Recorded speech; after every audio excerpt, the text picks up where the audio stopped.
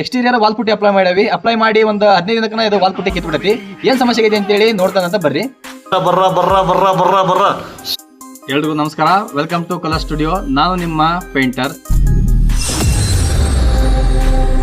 ಇಲ್ಲಿ ನೋಡಿ ವಾಲ್ ಪುಟ್ಟಿ ಹೇಗೆ ಕಿತ್ ಬಂದಿದೆ ಅಂತ.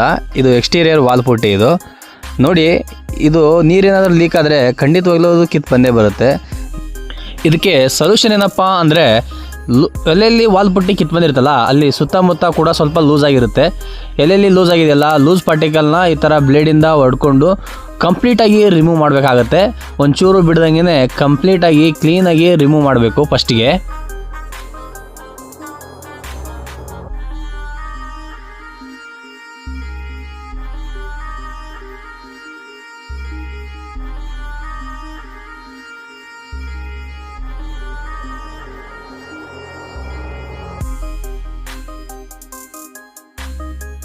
ಕಂಪ್ಲೀಟಾಗಿ ಕ್ಲೀನ್ ಮಾಡಿದ ನಂತರ ನೀವು ಒಂದು ಬ್ರಷಿಂದ ಧೂಳನ್ನ ಹೊಡ್ಕೋಬೇಕಾಗತ್ತೆ.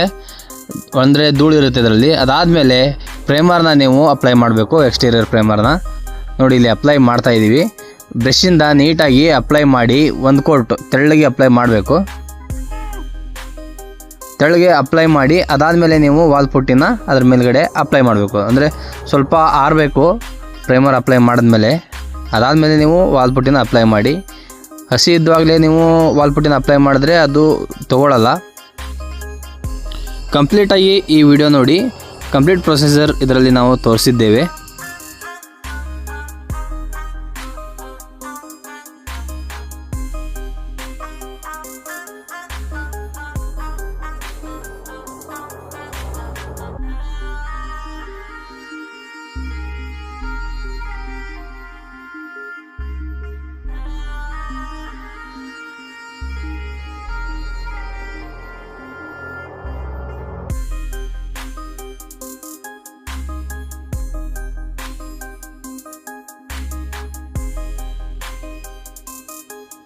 ನೋಡಿ, ಪ್ರೈಮರ್ ಅಪ್ಲೈ ಮಾಡಿದ್ದೀವಿ.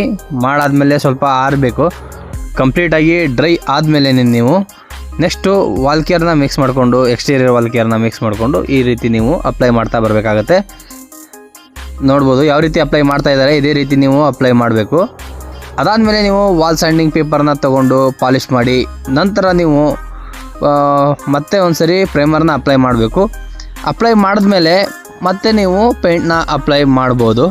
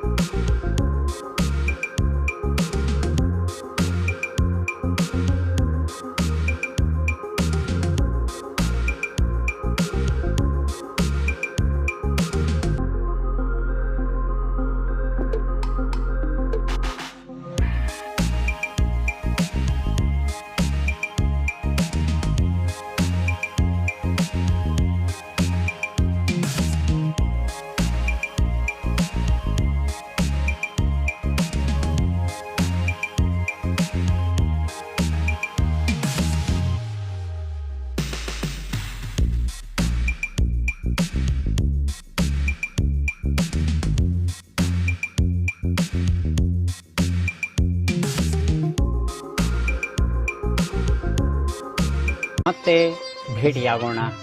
ನಮಸ್ಕಾರ. Your attention please. Here we meet once again.